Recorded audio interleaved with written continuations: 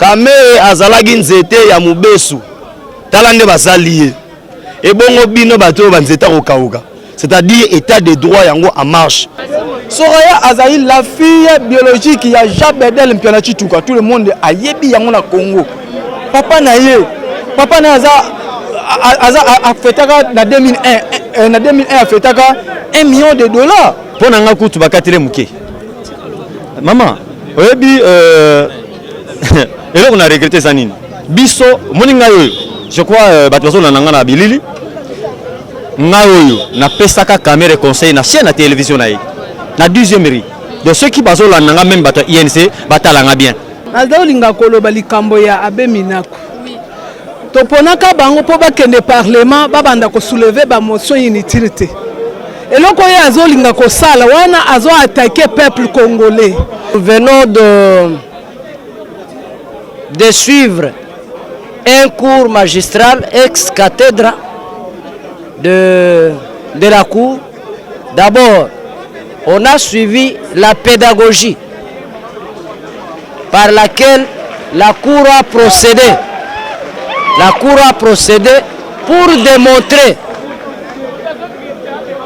comment le criminel Kamere a dilapidé les fonds du trésor public, donc l'argent du peuple congolais. Les juges nyonso o bazala na makanisi ya mabe bazo kanisa ke Kabila za suna mboga o Kabila za la soute baye bake makambo s'est changé to komi na lire mosusu Fouachi chaque fois azoloba alukaka toujours bato baza juste pour bazala la justice wana yazayi ko tamba na jeu hypocrisie vraiment to déplorer penza comportement nae bien que azo distraire bato pièce contre pièce. Lumumba abima héros national na mboka oyo atika combien na banque atika mbongo te. Mandela Nelson Mandela Madiba prix Nobel atika eloro te. Les Sphinx personnel me tient Tshisekedi wa Mulumba atika nini na mboka oyo comme mbongo atika eloro te, mais atika eloro leki na ba mbongo constance ya mutu. Mutu faut la constance, non oui ba juge banda kala oyo bozalaka wapi. Merci à la cour. Donc, on a vécu la beauté du droit. La beauté du droit. Donc, le cours a été bien assimilé, surtout par nous autres, les intellectuels. C'est bien. À Kamere. Kamere, c'est un criminel et intelligent. À la 6e édition, le verdict vient de tomber de procès Kamere. Nous sommes ici avec le président Benjamin. Bonjour, président. Bonjour. Ça va? Ça va très bien. D'après eux.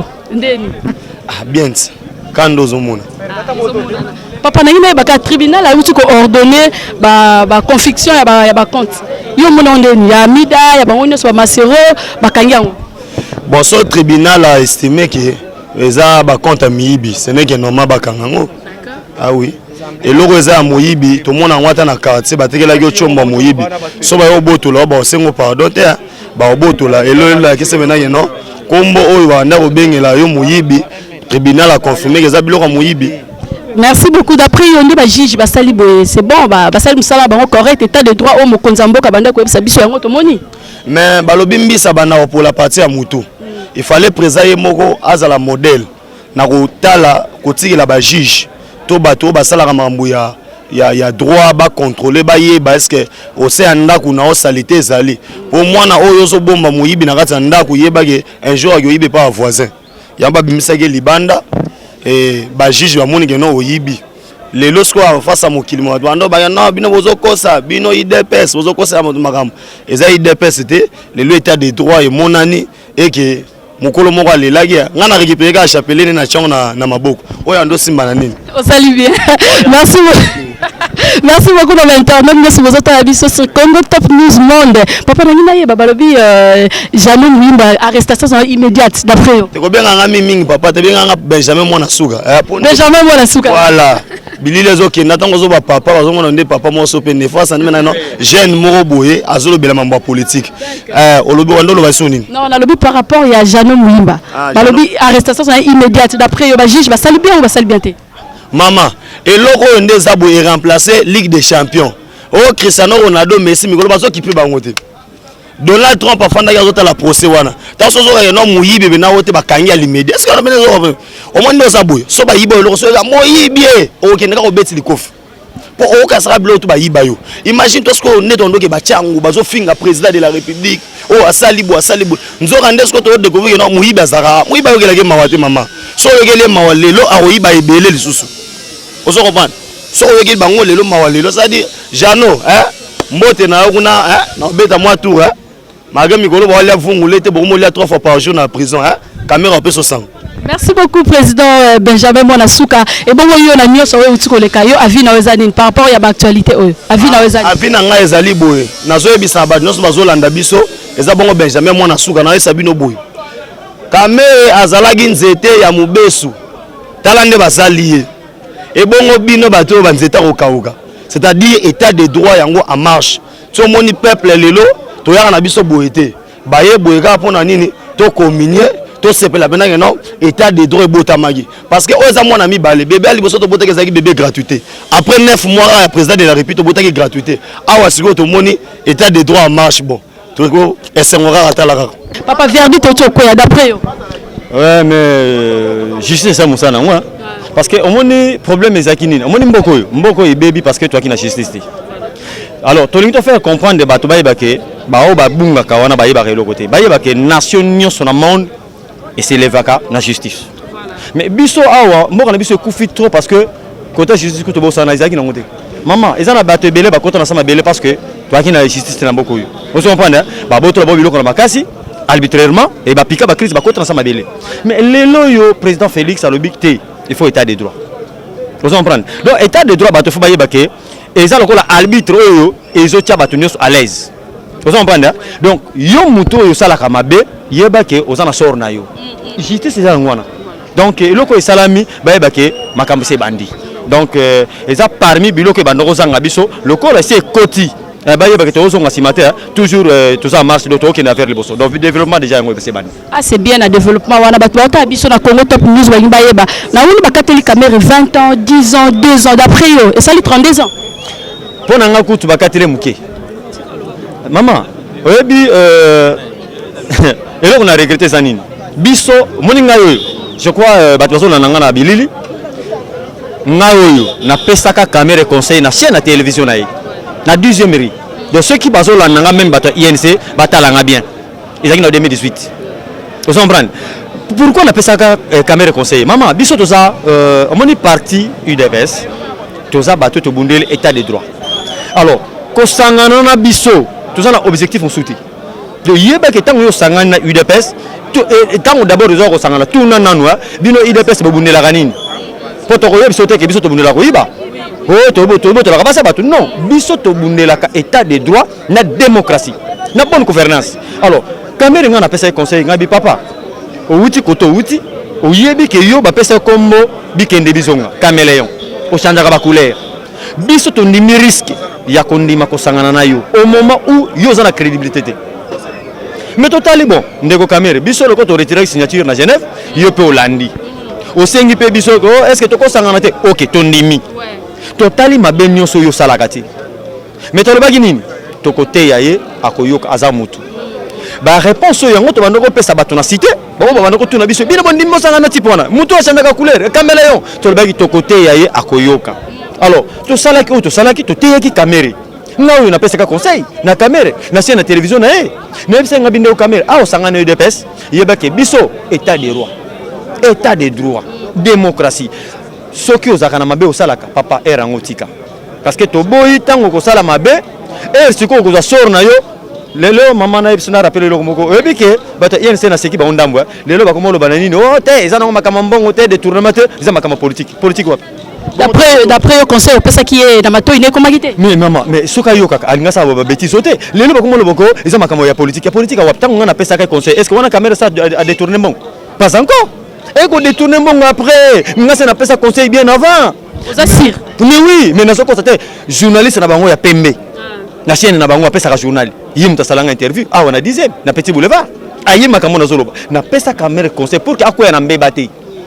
Vous comprenez? Mais N'est-ce comprendre que Ngulu ata osokole propre ndenge ni suka zo akana potopoto Kombolanga John. Tout le monde a na 10e mérite aux combattants nos parlementaires nos tout le monde bino na ngina e par rapport à procès ou tout les cas juge bon. Bon ba juge ba sali musala na bango.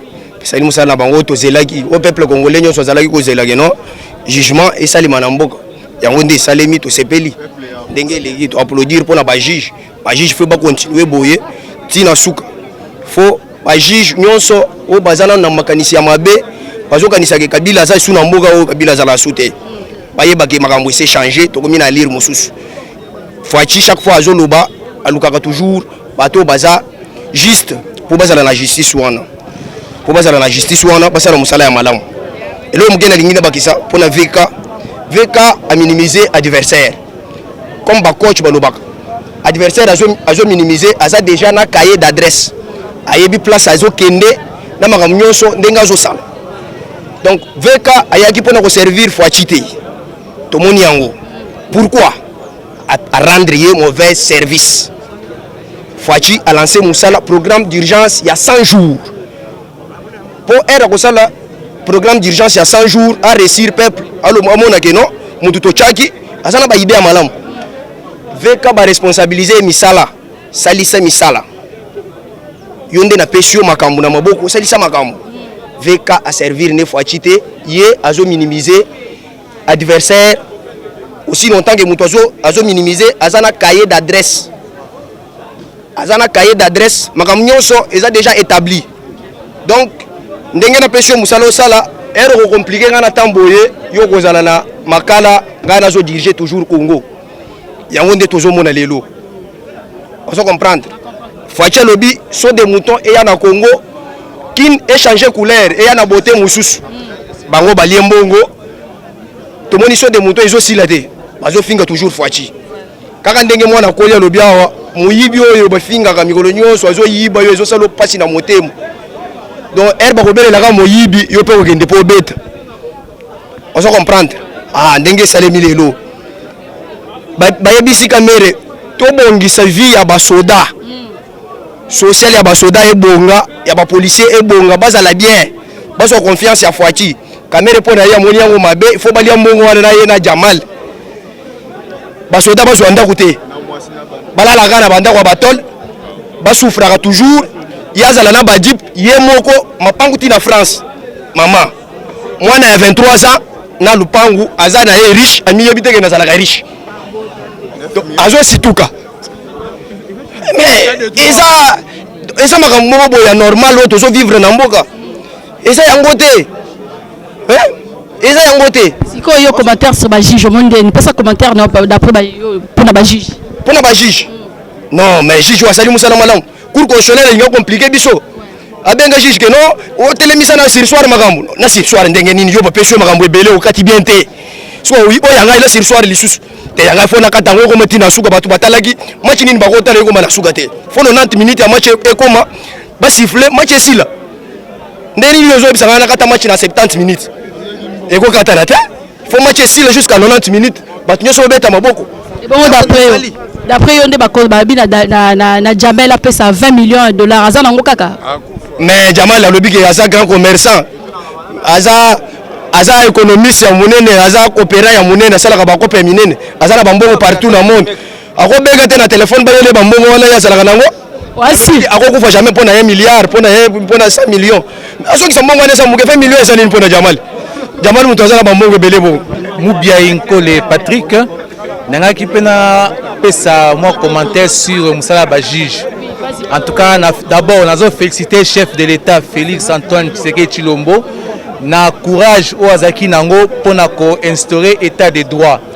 Dès que la justice a levé une nation, le juge Nabiso, Basaki Bamboule Belé, Babaki Nakozala étouffé dans Msana Bango. L'élo est arrivé à Fachi Béton, Babi Nako s'est retrouvé. Alors, nous avons encouragé Bango, ba continuer Kosala Musala Oyo, Ndenge et Sengeli. Qu'on respecte mibeko ndenge doza ko benga un état de droit. Alors pour na musala o basali banda instruction de bien procès il y a 100 jours na ba prévenir nyoso bazaki wana en tout cas bandeko babeki na kotambusa bien pe ba conclure verdict na bango ya suka en bonne et due forme. Et là on a osenga na ba juge batikali na ba mentalité ya kala. Ba vraiment na ko changer. que moto ayeli au dossier ye aza na droit ya kogagner koyeba na kolia kanyaka te mpona kokende ko rendre moto na malheureux. Donc basala mosala malamu population ezali nsima na bango toyeba na koappuye bango biso mpe tolingi mpe tomona mpe sena ezala malamu mpo so toza bosenga mpe akoyeba na bango kose référé bango bazuzi bakata biso mibeko apesamaka moko ya bien. Bon comme ezaka dossier ya 100 jours mpona ndeko nanga Kamere naza koregrete mingi mpo na ndenge nayebelaki ye eza kosala nga pasi mpona komona lelo oyo sort na ye ake na boloko. Vraiment je m'attendais pas que yenda ki kosala musala boy. Pour déjà ye moko baki na organiser des ordres déjà étant directeur à cabinet. Bande ko bazaki kuna kosala musala. Baye ko zo ba carte à service après une année. Muto za mutu moko maele. Comment il a refusé d'organiser son entreprise parce que dans l'organisation des entreprises au Tangi, il faut qu'organiser. Il fallait chercher l'homme à la place qu'il faut. Mais il y a ici qui bloqué la signature et l'autre atta papier de pécateur pour acheter ça et ça a yende azaki ko bana couper sa instruction. Vraiment maïne à mabe o ya nyoka zaki nango et bina ko bimana poissa et ce qu'il est aujourd'hui comme sort azako sibi et baki na kolo nango bien avant. Vraiment commentaire mingi ezate pour ndeko nanga et bina ko rendre penza président de la République très malheureux. Natango ebaki na kopesa ye confiance pour to ebana ko élever nation ensemble mais yazaki ko tamba na jeu hypocrisie vraiment to déplorer penza comportement na ye bien que azo distraire battre pièce contre pièce les juges a sali lecture ya ba grief nyonso babaki na kotanga pe to landi pe to yoki vraiment si il aura peut-être à aucun ben sens mususu na ndimité que areba ko bika il sera toujours aux arrêts pour nanga d'avance nazo remercier na baji jambora na biso bon vraiment na ndenga mabete nga na bando kanisa peut-être que mbora na biso toza na bajiste toza na biso kaka bon mboka mo ezanga justice mais na procès o ya Kamere na comprendre que en tout cas toza na justice na mbora na biso et puis toza na bato maele o bako kata likambo à tout moment à n'importe quelle heure. Pourquoi ndeko na biso Kamere azoloba ke balakisa ye détournement aza innocent jusque là bazolakisa preuve mais preuve eza wana mwana wana neti Soraya aza na 21 ans aza étudiante azotanga na France azwi mbongo ya kosomba immeuble wapi na compte na ye ba 2 milliards ba 1 milliard azwi yango wapi biso tout ebi papa ne Jibe Mpia na fetara fete ya 1 million na 2001. Est-ce que Jibe Mpia na komi na 1 million na ba confinement o asali ndambo etikali soki moi combien? Est-ce que Jibe Mpia na ba milliard o pesa petana cha na banque ton limité. Donc oyebi ke to na bato maele na mboka oyo Kamere ati ko distraire biso to yebi ka maele na ya kutani pe na bato maele ko leka ye. Mais ngai na ko sepela na mawana ete parce que to na coalition. Kamere aza allié na biso eza pa président Félix te muto asali bongo ezali nde mabe ya salaki muto etindi ya komati wana. Alors c'est ça on a na kokoloba na ba juge na biso na jugement ba rendu ezali vraiment normal pour nanga na moni en tout cas eza politique ite eza o baloba na Bible c'est qu'il aura semé il est moissonnera. Procès qui par rapport à ndenge babandela ki procès wana tine ba sukeli OK normal. Eza ne loko moto muto loba dossier za politisé tout comme ça non dossier politisé ben feigno surtout et mon noir sur blanc il y a blanchiment d'argent ba transaction kili na mota moko mukie kaka na ta oyoyo bosaleli programme à 100 jours au commune ba budget au commune ba compte belé na ba banque non oh mariage ça oui 800 000 $, 800 000 avec des euros avec des francs CFA. Donc non, ils ont déjà prévu là qu'il y a eu des vols. Mais toi qui juge a ordonné qu'il a confisqué le compte bancaire d'après eux, tu penses quoi? Mais oui, le compte bancaire on est où tu wapi? Le compte bancaire on est où tu toujours na mongo ya opération à 100 jours. Ndé a sali ba mafia ya ko gonfler le compte bancaire ya batouan et puis neti naza lo na marteler sur Soraya. Soraya Azaï, la fille biologique, il y a Jabedel Mpianachi Touka, tout le monde a yebi yango na Congo. Papa na a fetaka na 2001 a fetaka $1 million. Lelo oyo jibaza na bana ebele a retiré compte quand na mona moko et puis sur le ça la compte expertise. batala na bana musu ya ba JB bana musu ya JB ba Jani ba musu ba belé est-ce que kaka yé mutu oyo la fille aimée ya JB ou fille héritier yé non eza kaka biloko ya mbongo donc ezalaki vol moko boye préparé et yango wana sort nango yango wana Massawa lobi ke bakabeli le pongo pas Jamel atali likola tali na samoni kombo opesa te abeti soraya d'après yo mono nzande donc Massawa wana no sala ba mascara Massawa o ezali musique ya watati ya yena mi mama musique ya wata yena ngo la politique wana bilo Massawa ngo poser ku question te d'ailleurs ku yemoko d'ailleurs na féliciter za moi mayele parce que comment dirais-je a sokolaki bosoto na ya noko na ye amila tisi bosoto noko na nzoto na ye po noko na yabi mandeti non ça mais batu ba yebi donc bilo Massawa na kutu te mais na za lo mona na nginga bakisa siko ba kisa papa ba juge ba avocat na biso eloko o bo sali oyoyo ata ko kata interview oyoyo mais oyoyo ethical pour kata te dio so kota d'accord le problème c'est quoi Lumumba abima héros national na mboka oyo atika combien na banque atika mbongo te Mandela Nelson Mandela Madiba prix Nobel atika eloko te les Sphinx personnel me tient Tshisekedi wa Mulumba atika nini na mboka oyo comme mbongo atika eloko te mais atika eloko eleki na ba mbongo constance ya mutu il faut la constance non oui ba juge banda kala oyo bozalaka wapi ba magistrat ba vraiment tala juge yani paix à son âme akufi lelo ata après 30 ans 40 ans bakoko na ye bana na ye batikali toujours tête haute ndenge bato ko élever araba héros nationaux bango yoyo ba juge yani akufi pona cause ya mboka état de droit oyo Sphinx Etienne Tshisekedi ya paix à son âme abandé ko lobana biso depuis yango donc ba juge bosa la musala na bilobi bosa la toujours manipuler te bosa la manipuler jusqu'où vraiment botanga ba classe bosa ba éminent professeur en droit bosa ba boye donc bokata ba serment na bino bokata yango pour la vérité rien que la vérité bokata makambu bien tala exemple mo resa awa même attendre ba kati likambo ya l'honorable Jean-Marc Kaboun bien ba kata ngo justement mais comme bon biso mo ba to biso mo ba to ndimi état de droit totiki na biso mais batu ba yebiso tu ba intellectuel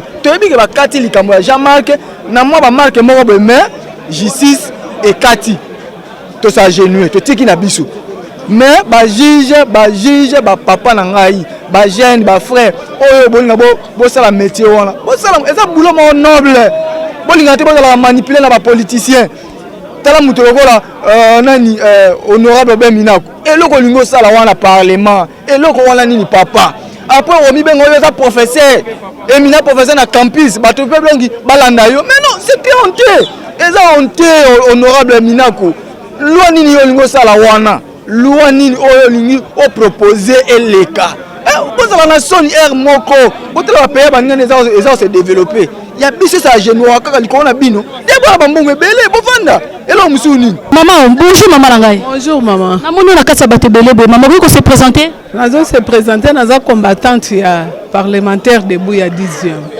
eloko nga na lingi koloba eza pona problème ya caméra te nazo linga koloba likambo ya Abe Minako toponaka bango po bakende parlement babanda ko soulever ba motion inutile te eloko ye azolinga kosala wana azo attaquer peuple congolais ayeba ke soka kosilisa akokutana na biso na nzela na ye biso ba peuple congolais tofandi kaka awa pour un certain matin il se réveille seulement comme ça pour venir ça c'est batifonner avec notre personnalité nous les peuples congolais nous avons tant souffert dans ce pays nous n'avons pas un mot à dire devant ces Abe Minako. On manipulait notre personnalité. Ces derniers temps, ils veulent toujours continuer. Mais ça, on en est marre. Qu'ils se respectent et nous aussi, nous les respectons aussi. Qu'il se met à sa place. Madame, j'aimerais savoir, toutes ces rages-là qui est là, c'est par rapport à quoi? Essayez un peu de nous expliquer. À ces émotions qu'il voulait soulever dans le Parlement. C'est ce que je me suis soulevé à ça. J'ai dit qu'il se respecte, nous aussi nous sommes en train de nous respecter, qu'il se met à sa place. Il est élu du peuple. S'ils veulent que le peuple puisse venir intervenir, nous sommes là. Bonjour d'ailleurs. Bonjour maman journaliste. Vous allez bien? Oui, je me porte à merveille. Et là, on vient de voir par rapport à tout ce qui se passe comme procès et le verdict vient de tomber. Je ne sais pas par rapport à vous, vous avez quoi comme votre avis? D'abord, nous devons glorifier le Seigneur. Nous venons de suivre un cours magistral ex-cathédra de la cour. D'abord, on a suivi la pédagogie par laquelle la cour a procédé. La cour a procédé pour démontrer comment le criminel Kamere a dilapidé les fonds du trésor public, donc l'argent du peuple congolais. Dans ce procès, il est vrai, moi, je suis très content parce que le peuple congolais a retrouvé sa robe d'Ata. La justice élève une nation.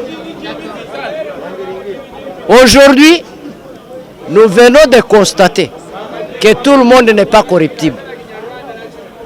Madame ou mademoiselle? Madame, je vous dis que cette nuit, la veille, l'argent a circulé des millions et des millions pour soudoyer les juges, mais voilà que les juges ont refusé catégoriquement de prendre l'argent. Vraiment, c'est une première. Mais quand vous dites l'argent a circulé, c'est par rapport à quoi qui a circulé? Par rapport à la corruption? Par rapport à la corruption. Expliquez-moi. Parce qu'aujourd'hui, après l'arrestation de Kamere, Kabila et le FCC ne sont pas tranquilles. Parce que Kamere est venu en mission. Mais comme il a été détecté, Kabila n'est pas tranquille. Il fallait maintenant soit faire évader Kamere, soit le faire acquitter. Mais madame, hélas, échec et mat. Donc tout le monde n'est pas corruptible. Merci beaucoup, papa. On aimerait bien savoir, le tribunal a ordonné la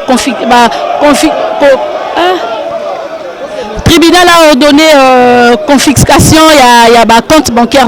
J'aimerais savoir par rapport à toi, il y a confisqué un compte bancaire. Il y a Amida et compte bancaire à Soraya, compte bancaire à Massaro. Les juges, ils ont bien fait.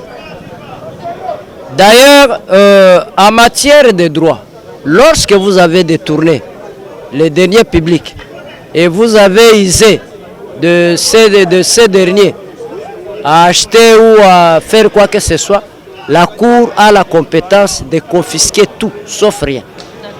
Oui. Donc, et d'ailleurs, la Cour est clémente parce que Soraya devait être arrêté. Amida devait être arrêté. Mais comme Amida avait coopéré, c'est ainsi qu'elle est relaxée, mais ses biens, meubles et immeubles, argent, sont confisqués. Pour Soraya, d'abord, son attitude à la Cour devait être clémente, je l'avais déjà prédit. Elle est venue polie, elle répondait poliment et la Cour a jugé bon de la relaxer. Donc, la Cour n'a retenu que l'argent qui a été versé à son compte.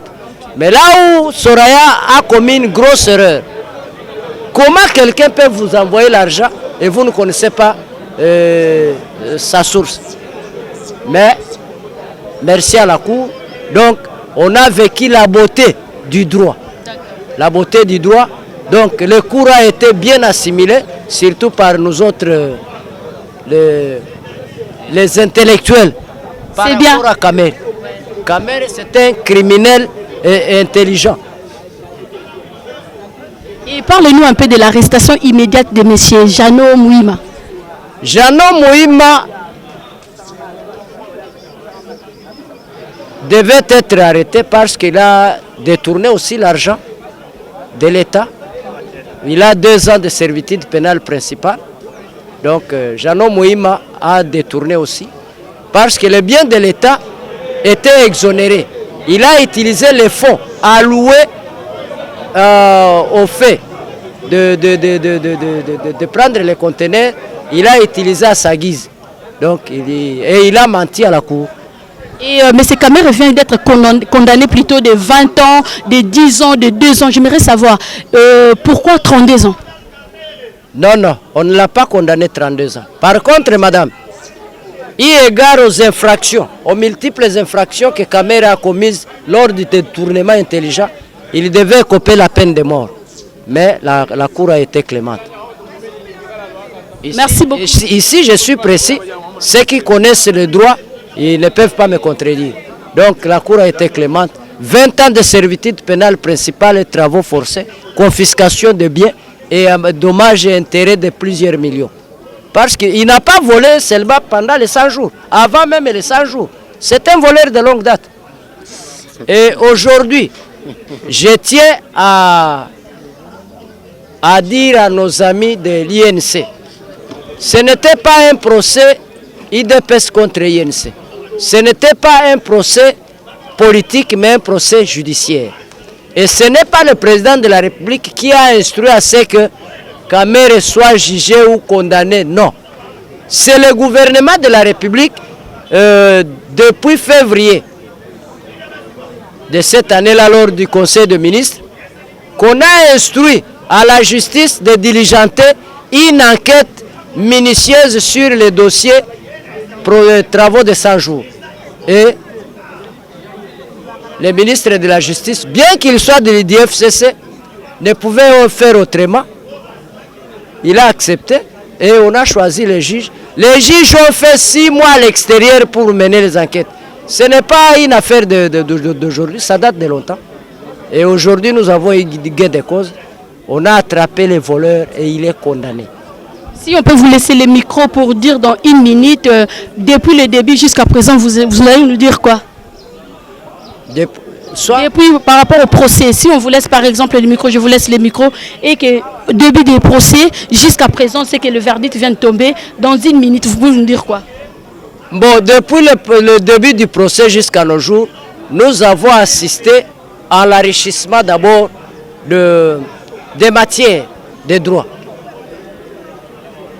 Là où le bas blesse, Kamere s'est illustré arrogant.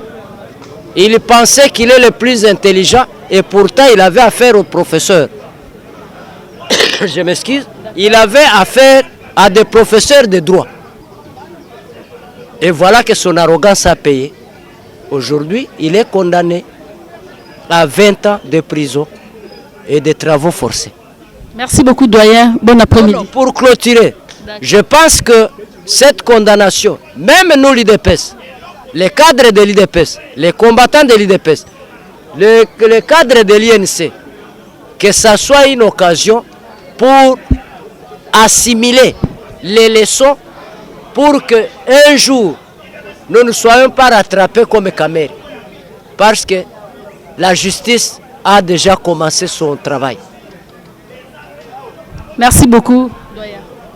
C'est moi qui vous remercie, mais avant toute chose, je tiens à remercier tout le monde qui me regarde et qui m'aime à l'étranger. En commençant d'abord par ma famille propre. Je n'aime pas citer leurs noms, ils sont nombreux. Tous les Congolais de la diaspora, spécialement au coordonnateur de Fachi, et de Sovo Fachi et IDPS, qui se base à Londres. Bonjour. Donc, à tous ceux qui nous aiment, nous faisons du travail et nous sommes disposés à chaque fois vous servir quand vous voudrez.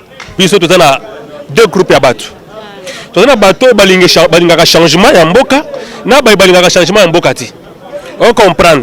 Si vous balingaka changement ya mboka te posa na bango za kanini, il faut que combattre changement isalemate. Lokola nini. Yo mutu moko nanu ba compte bambongo kutuna nous na compte montant mbongo za na compte ezo bangisa epesa mutu pasi na mutu moko ceux qui tolande lista leur o bafuta kandeko dans une année quelque au facha ça na bokonzi mutu moko ta ko komba jamais na montant mbongo wana pona ngai ba juge basali musala kitoko et puis musala ba juge na nistilité musala estilé pe awate musala zo ko bakaka po ba bazebele awa kutu toza na problème ka ya 50 quelques de millions ebongo ba 600 millions basi ba touchant ba 5 ba 70 ba 60 quelques de millions est-ce que basi ba touchant nanu ba touchant ngote musala ba juge basali musala na bango malamu to sepeli na musala na bango eloko moko mususu eza ke malgré musala o basali bakoka jamais kususu kozonga la ciment po baluka ba créer passe na kata population po moso mususu euti kobima pe na parlement yake bon yo moko yebi tango susu kozala yebi te mais ezo sepelisa te eza nini papa eza ko sepelisa te eza nini papa madame Irène s'il vous plaît oyo bauti ko proposer et pas monsieur député national comment ça s'appelle Obé Minaku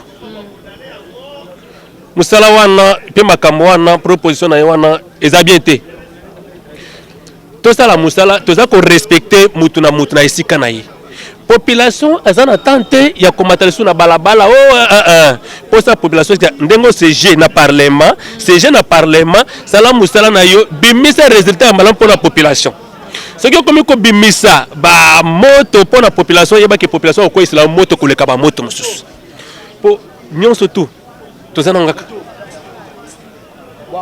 nyonso tout tozana ngaka tokolo bake tokomata tokokota na balabala te to mema mabanga to ata soki tofukami na bolongo na se totongoli miso likolo moto ekokita kaka po nyonso zaka na mabongo na biso madame Irène eloko moko ezoka musanga ezaki mwana moke na ava ja 23 ans eza na mbongo koleka tina ngai tata mokolo boye po papa na yaza la mbongo papa na bango Jibe Mpiana azana boko poto yebelela musala aza artiste munene ya mboka oyo aza artiste munene artiste musicien mboka oyo ce n'est pas que le loso ki obali mobali akutiona bana okomi ko imposer mobali abanda kozwa bana wana pesa bango eloko yokwende ko ilisoraya za sûr et certain ki abida mtempoza ki po masawa uti koloba boye bakabelinga lopangu natali likolo natali na sena zaki na muto kabila te kombo mo elinga kaka soraya est mama ba mutatinda ki otuninga mutu na pe malamu ya kitoko masarwaza atali likolo atali na se muto kabila zate masarwaza na mwasi na yede masarwaza na bana te masarwaza na bande côté ndekwa masaro azaka kanani ebo ye kamera ye moko bana na ya kamera bazaki ti soki aboya ki uchi aya ko chaka na kombo mwana bata Jean Bedel chituka ata yo moko po apesa ka papa na bango passe na minute mais papa bango pe akoloka ka passe te po e côté na ye pesa siri ka koloba ke nga pera sa conseil ki mwana mais mwana lokola boya ki na inga ya komikola na mama ndenge zalaka wana na ndenge wana kaka mais malgré ndekwa zaka na prison mais totomelika bango bonne chance.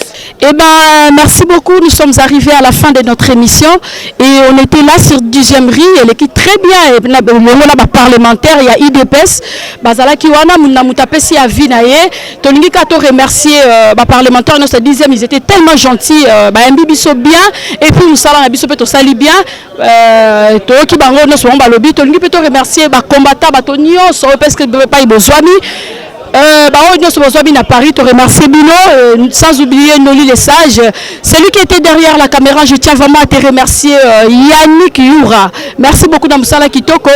Prochain numéro. Au cœur de Kinshasa, la capitale, découvrez SB la principauté, hôtel et restaurant.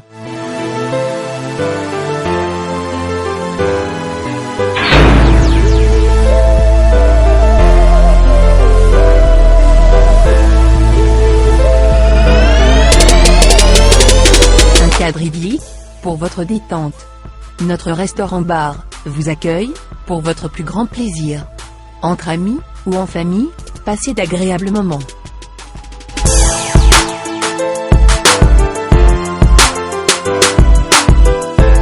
Pour vos soirées grandioses, il y a notre salle de banquet VIP.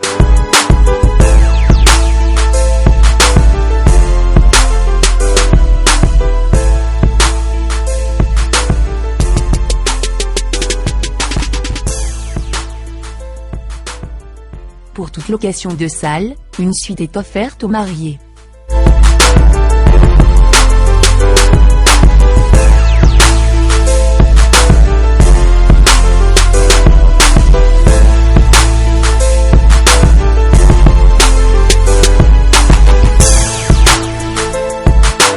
Découvrez découvrez nos suites et chambres VIP ou simples, aménagées pour votre plus grand confort, pour des nuits inoubliables.